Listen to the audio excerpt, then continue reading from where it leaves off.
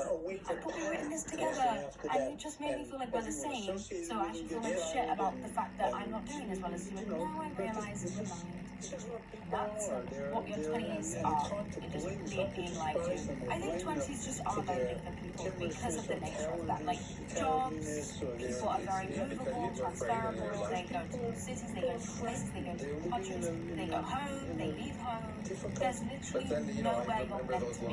So just everyone is at a different point in their lives. It's hard to not feel like shit about it sometimes. I'm actually the same way.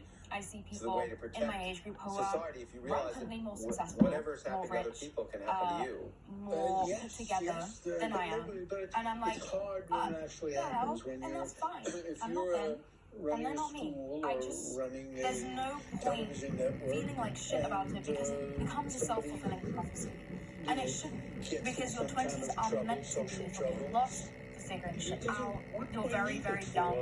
Like, I feel like that's actually forgotten a lot, especially online, because you're having conversations about being 22 with someone that's 15, and so in comparison you feel like you're old. You're 22. I need you to sit with that for a second. A 15-year-old literally isn't allowed to travel alone. That's how young they are. That's a child. You're 22. The way I look at 20s, you're a toddler, so you start at 0 on your 20th birthday. You just got born. If you're 22, you're 2 years old. If you're 23, you're 3 years old. If you're 24, you're 4 years old. That's how I look at them. Because it's literally like you start again. I don't know what it is. I genuinely felt it on my 20th birthday. I felt like my brain went blank. I started again. And you know what I was actually thinking about with my friends the other day? This is how fucking stupid I am. I say that I think it's for rediscovering things that should be innate knowledge.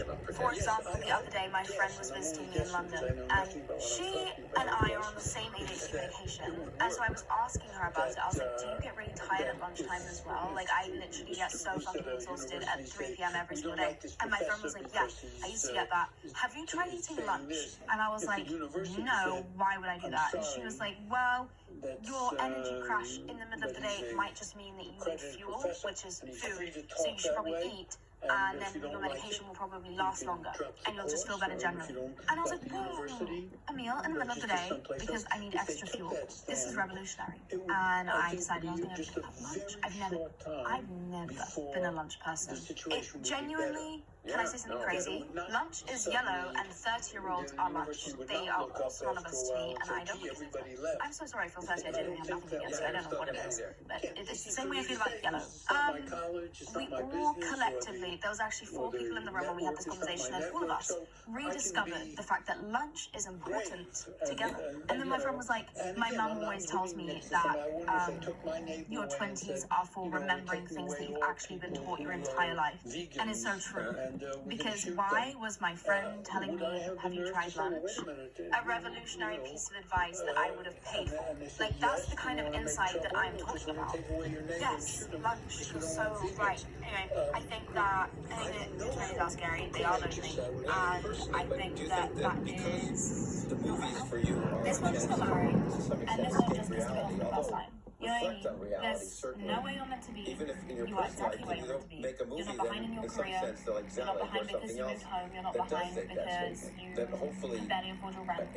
Or you can't afford your rent. You have your own business. Can you do the kind of things that might do not in real life? I mean, in terms of speaking out. You could. I'm not the filmmaker for that, only because okay, then. Relax. And if you feel like you have no fucking friends, don't worry about it. Because, I'll tell you what, I don't have any fucking friends. I have 2, maybe 3 at push. I have, actually, I have 2 amazing friends who live nowhere near me. Actually, I have 3 amazing friends who live nowhere near me. None of us are anyway. I have 3 amazing friends who live nowhere near me. And I love that I have them in my life. I just never see them, and I rarely speak to them. I know that they're always there. And then I have a friend who does live very near me, and I see her all the time. And she's like my person. That's my roster entirely. There's nothing else. I have a lot of acquaintances and stuff, but those are my friends. And I'm someone who has literally probably every possibility to make a new friend.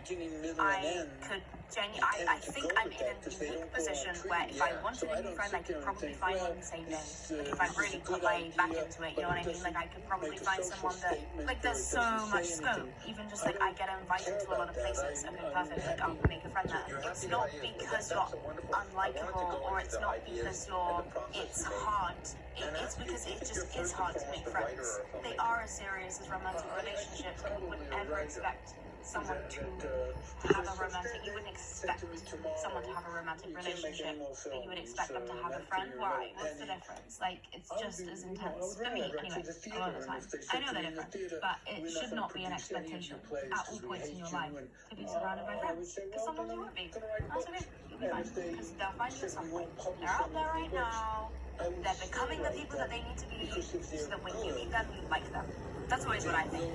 I'm like, you know, how I think about that in the context of my future husband or wife. Because obviously I don't know who they are right now. But I know that they're out there somewhere. And I'm like, what are you doing? Freak. You better not be freaking out with someone else. It's disgusting. But it's like, I know that if I met that person today, whoever I'm eventually going to marry, I probably wouldn't like them very much. Unless I'm meant to meet them today. But I probably, in all of my